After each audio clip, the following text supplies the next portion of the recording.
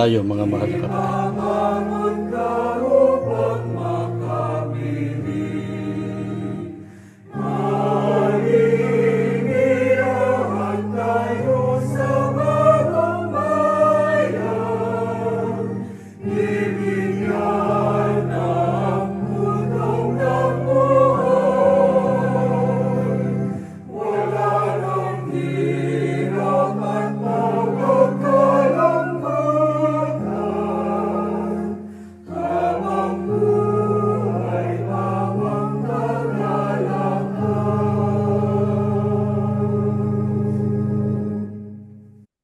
Ama naming Diyos, maraming salamat, Ama. Muli ka naming nasumpungan sa aming pagsamba. Tunay na napakabuti mo. Hindi mo inuulila ang aming pagkakatipon. Pati ba siya'y nalalaman mo kung gaano ka namin kailangan. Kung gaano po ang aming pananabik sa ganitong mga pagsamba. Sapagkat, Ama, ang lakas na yung ipinagkakaloob sa ganitong pagtitipon.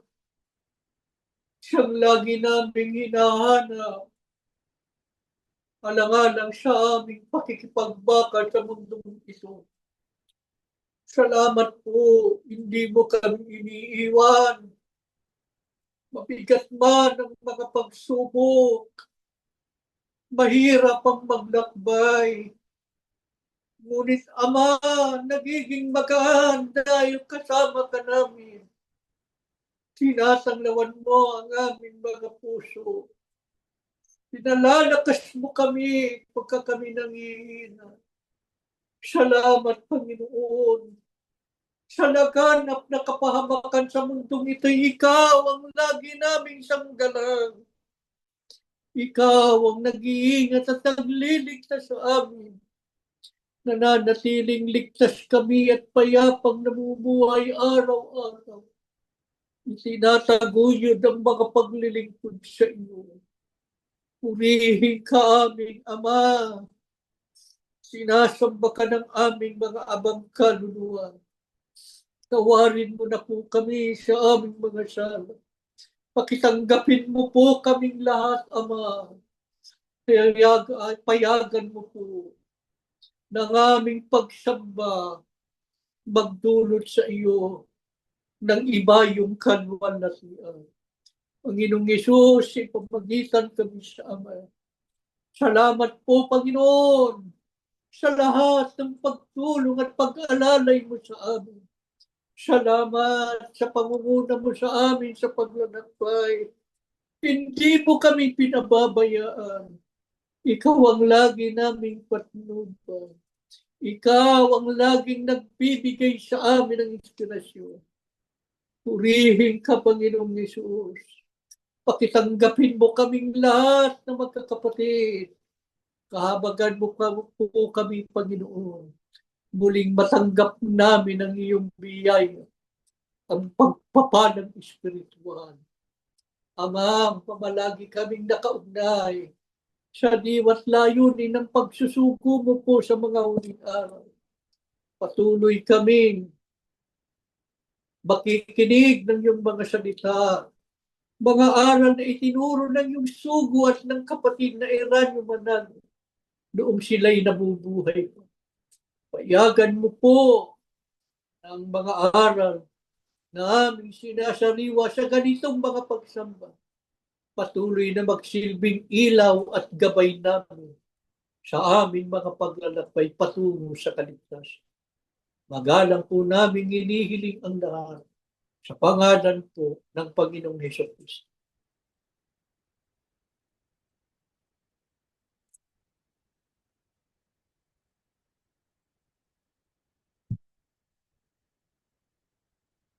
Mga mahal na kapatid. Marami pong sambahayan ang nililigalig ng iba't ibang suliranin sa mundo. Ibang tahanan, mabigat na problema nila ang manubang karamdaman. Iba naman ay alipin ng kahirapan. May mga pamilyang halos mawalan ng pag-asa dahil sa biglang pagdating ng kalamidad o anumang kasakunaan o ng kamatayan. Dahil dito, marami po ang hindi makasumpong ng kapayapaan sa buhay. Balit sa panig po nating mga kaanib sa Iglesia ni Cristo, sasabi po natin ang ating mga sambayan ay sadyang pinagpalan. Ito po ay dahil sa panahon ng kagipitan o anumang mabigat na sitwasyon ay meron tayong matatakpan. Isang matibay na kanlunga, walang iba kundi ang ating Panginoon Diyos. Paano tayo makapangangalung sa Kanya? Sa pamamagitan po ng tapat na pananalangin sa Diyos, katulad ng ginawa ng mga unang lingkod niya. Sino-sino po ang mga lingkod ng Diyos noon na naging sandigan ng kanilang buhay ang gawang pananalangin sa Diyos? Ang Panginoong Jesucristo po ang pinakamabuting halimbawa sa pagpapahalaga sa pananalangin. Bagaman, pinagkaloob sa kanya ng Diyos ang kapangyarihan sa ibabaw ng lahat ng nilalang sa lupa. Gayunman, hindi po niya ito pinanghawakan. Naging sandigan ng kanyang buhay ang bisa at kapangyarihan ng panalangin. Paano siya nanalangin sa Diyos? Sa Hebreo 5:7, ang sabi ng Biblia, umiiyak siyang nananalangin at nagmamakaawa sa Diyos na makapagliligtas sa kanya sa kamatayan. Kung ang Panginoong Jesucristo po ay nanghawa sa magagawa ng panalangin, sino naman tayo, mga kapatid, upang hindi magtiwala sa bisa at kapangyarihan ng panalangin? Noong narito pa sa lupa ang Panginoong Jesucristo, sa anong sitwasyon siya nanalangin sa Diyos upang iligtas? 1:27, ang sabi ng Panginoong Jesucristo, ngayon ay nagugulumihanan ang aking kaluluwa. Ama, iligtas mo ako sa oras. So, dumarating din po sa atin ang mga sandali na tayo ay naguguluhan. Tila hindi natin alam ang ating gagawin sa dami ng suliranin. Kayo, mga kapatid na mga kabataan, di ba dumarating din sa inyo ang mga pagkakataon na para kayong nalilito? Hindi nyo alam kung anong gagawin nyo kasi biglang dumarating yung problema. Gamitin po natin ating karapatan na manalangin sa Diyos para tayo tulungan at iligtas. Ano po ang katunayang mabisa ang pananalangin? Katulad ng ating Panginoong Jesucristo. Ano katunayang mabisa ang panalangin? Sa Kanya. Agad sinasagot ng Diyos ang panalangin. Agad sinasagot ng Diyos ang panalangin ng sino mang masunurin. Ano katunayan? Sabi kanina, dininig naman siya dahil lubos siyang naging masunurin.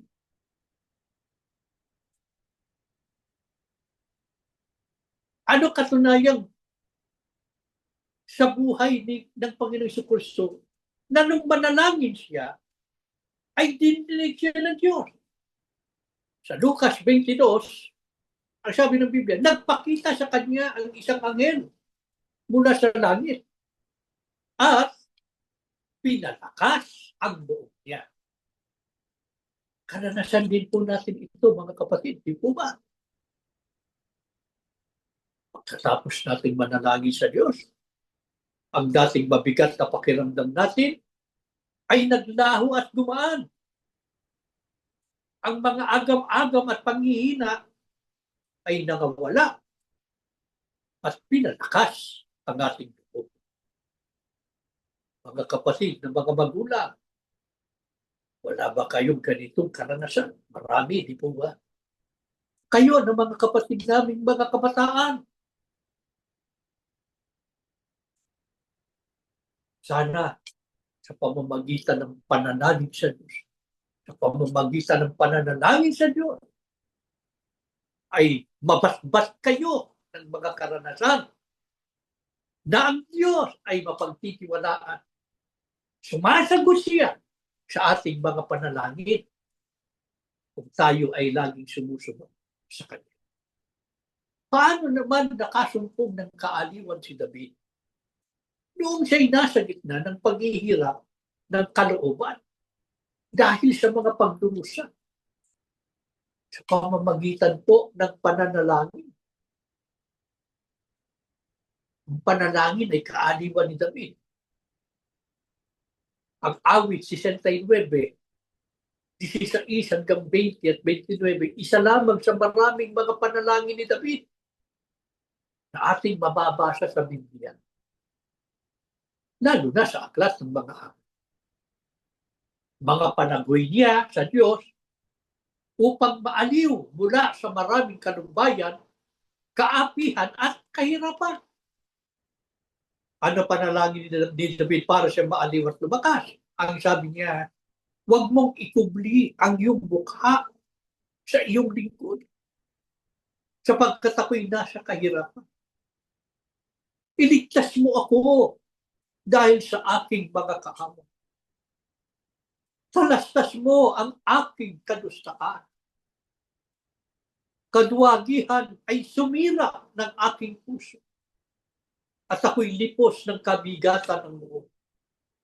At ako'y naghintay na may maawa sa akin, ngunit wala. At mga mag-aalin, ngunit wala akong masumpungan.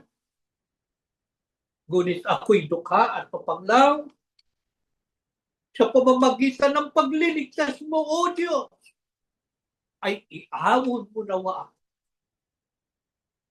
Ganito rin po ang marami sa ating mga kapatid.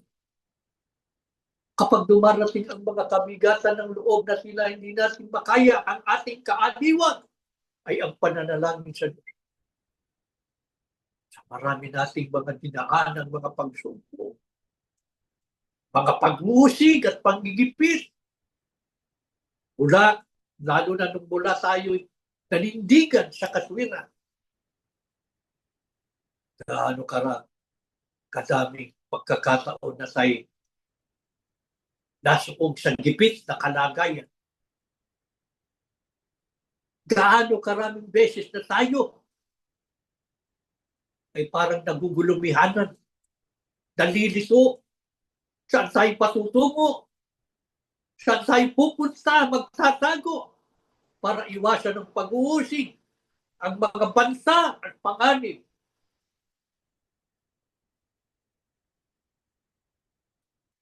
Pero nagising tayo sa isang sandali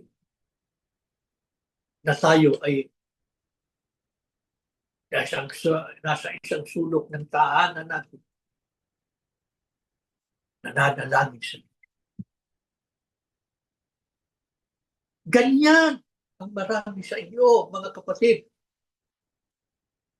Ang Diyos ang naging kaaliwan sa buhay sa pamamagitan ng pananalangin. Kaya tayo naaaliw. Nanghihina, pero lagi tayong lumalakas pagka tayo nananalangin. Ano po ang mahalagang magawa ng mga magulang? Isanin natin ito sa ating mga anak at mga apo na ang Diyos ang ating kanlungan at matibay na buo sa lahat ng panahon, anuman ang sitwasyon, at hindi na tayo pababayaan upang lumaki silang nasanay at naging pasakaran ng buhay. Ang panganganlog sa Diyos. Pagka sila may problema, sagad sila tumatakbo. Pagka may kailangan sila, nagpapanasa sila sa Diyos. Pagka meron silang pangarap sa buhay, iniaasa at isinitiwala nila sa Diyos. Hindi sila tumitigil sa pananalangin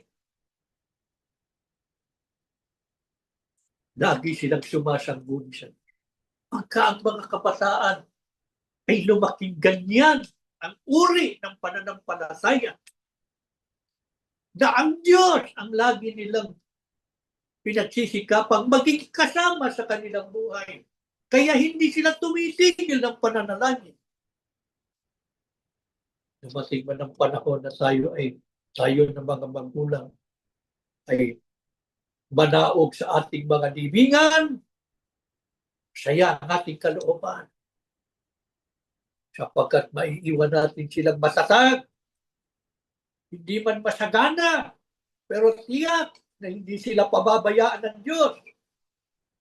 Matibay ang ating pag-asa. Ang Diyos ang mag-iingat, magsusubaybay sa kanila at magkakaloob sa kanila ng kanilang pangangailangan. Sana mga kabataang nakikinig, ganito ang maging buhay ninyo habang kayo narito sa mundo. Sa ano naman inilagak ni Apostol Pablo ang kanyang pagtitiwala? Hindi lamang sa pakikipagbaka sa iba't ibang hamon ng buhay, kundi higit po sa lahat sa pangangalaga sa iglesia. Sa Colosas 1:9 hanggang 11, ang sabi niya, walang tigil kaming nananalangin para sa inyo. Kausap niya ay ang iglesia. Para sa iglesia. Para sa kapakanan ng mga kapatid na kanyang pinamamahalaan. Si Apostol Pablo man ay maraming mga panalangin nakasulat sa Biblia. Opo, mga panalangin na naghahayag ng lubos sa pagtitiwala sa bisa ng pananalangin. Mga panalangin na naglalaman ng kanyang pagmamahal at pagmamalasakit sa kapakanan ng iglesia na kanyang pinamahalaan. Bakit lubos na nagtiwala si Apostol Pablo sa panalangin? Sapagkat naging karanasan niya sa buhay na sa tuwing siya'y nananalangin, siya'y lumalakas. Gaano karaming pagkakataon sa buhay ni Apostol Pablo na nanganib ang kanyang buhay dahil sa mabagsik na pag-uusig noon sa mga unang Kristiyano. Marami sa mga Kristiyano yung mga pinatay, sinusunog, pinapako sa krus. Gaano paghihirap ng loob, sakit at kaapihan ang kanyang sinahupa sa pagtupad niya ng tungkulin. Bakit po sa lahat ng iyon ay nakaya at napagtagumpayan niya? Ang sabi niya sa Filipos 4:3, lahat ng ito'y magagawa ko dahil sa lakas na kaloob sa akin ni Kristo. Mga kapatid, hindi ba ito rin ang ating pananalig? Bakit ba natin nalampasan ang maraming mga sitwasyon sa buhay na ating dinaanan na akala natin ay hindi natin makakaya? Inakala natin yun na ang magiging katapusan natin. Pero hindi tayo pinabayaan sa pamamagitan ng Panginoong Jesucristo. Ang Espiritu ng Panginoong Hesus, siyang nagkakaloob sa atin ng lakas. Kaya doon sa sitwasyong hinang-hina tayo, akala natin ay hindi natin makakaya. Pero nagawa natin magpatuloy. Ito tayo mga kapatid. Hanggang ngayon narito tayo sa pagsamba. Dahil sa lakas na kaloob ni Diyos. Gaano po katatag ang pag-asa ng mga pinalalakas ng kapangyarihan ng Panginoong Jesucristo sa panalangin. Hindi sila takot o manghinayang man lamang na mamatay alang-alang sa paglilingkod at pagsunod sa Diyos. Ang tao karaniwan takot sa kamatayan eh. Di po ba? Kaya nga pagka nagkakasakit, agad nagpapagamot, di ba? Pag nadidisgrasya, kailangan mauspital, lunasan yung kanyang mga sugat. Yan ang katunayan. Ang tao sakot sa kamatayan. Pero ang mga tunay na lingkod ng Diyos, hindi nangihinayang kung dumating man ang kamatayan, alang-alang sa paglilingkod at pagsunod sa Diyos. Bakit? Ano po ang kanilang pananalig? Sabi ni Apostol Pablo sa 2 Korinto 5:1-2, malakas ang aming loob at mas gusto pa nga naming iwan ang katawang ito na aming tinatahanan ngayon upang manirahan na sa piling ng Panginoon.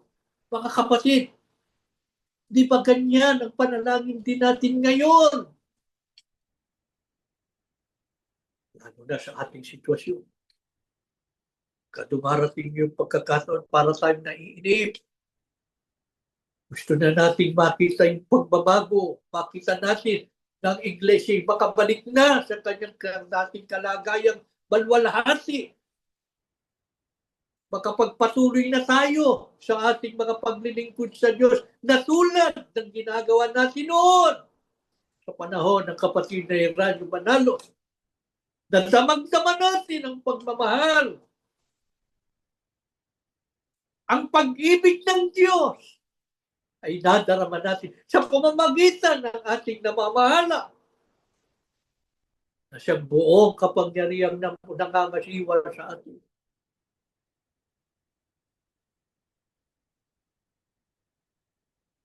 Kaya kung minsan sa ating mga panalangin, nasasabi natin sa Diyos,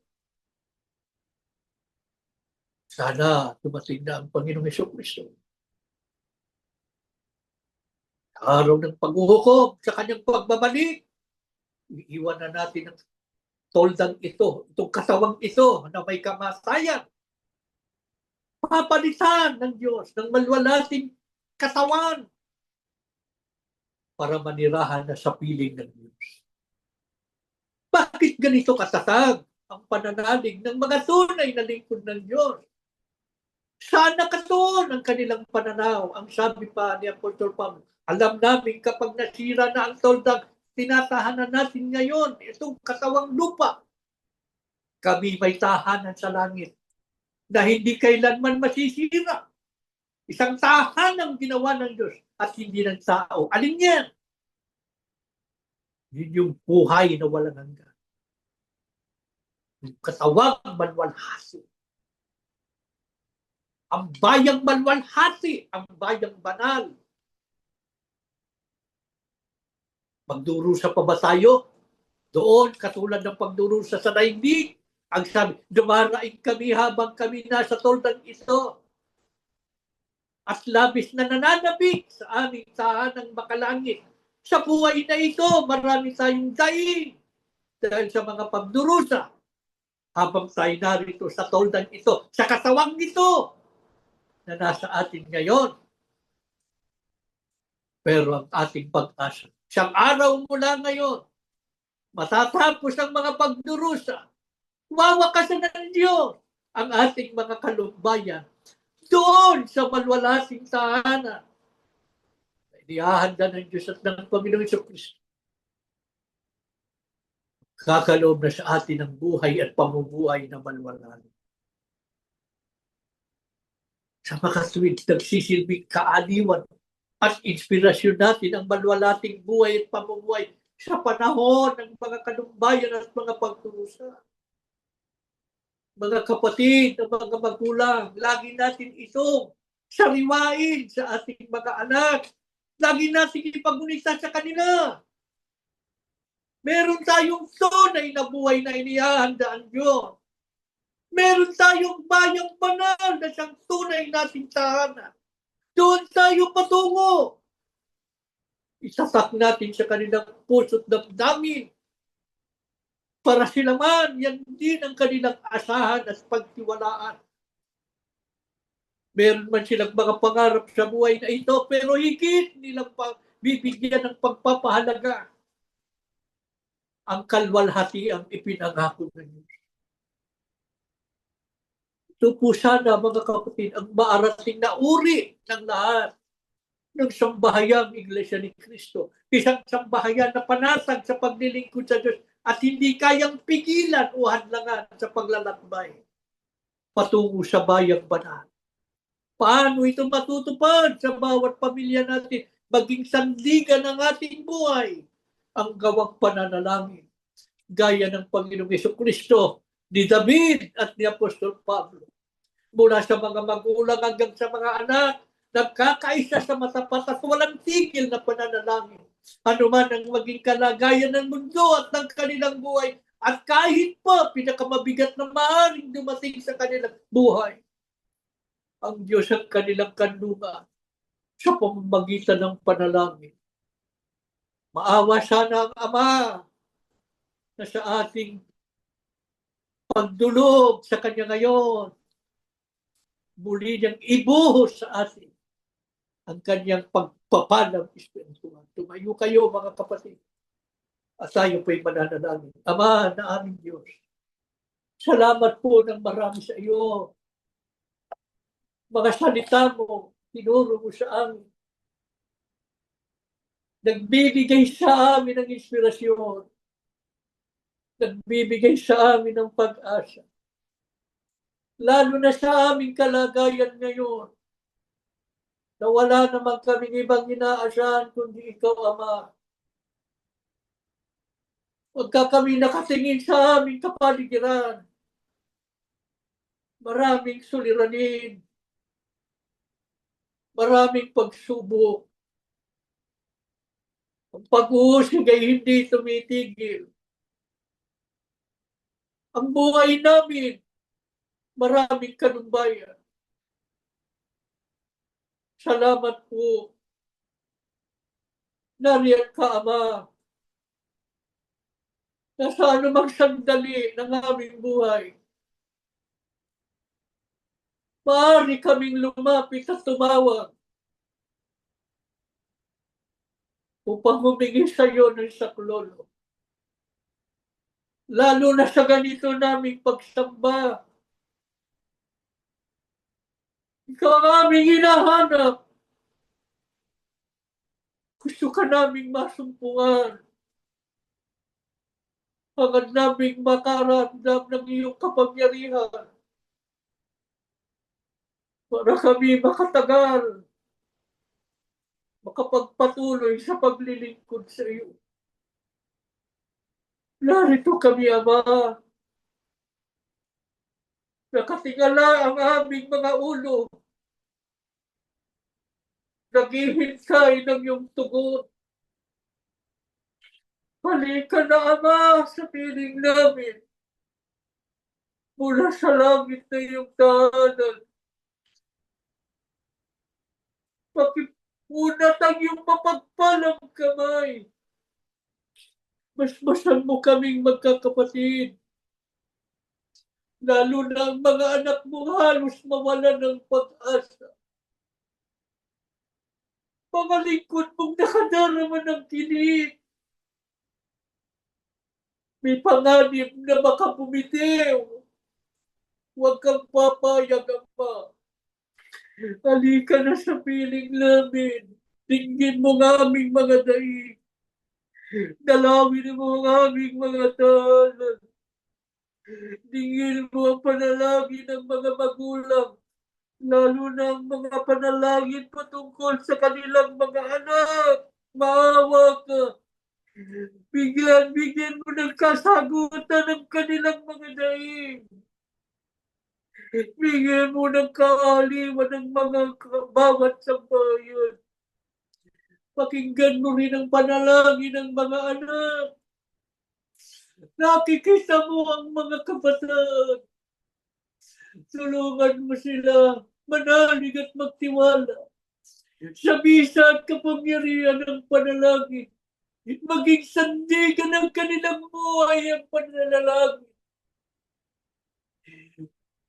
Maiwan man ng mga magulang ang mga anak.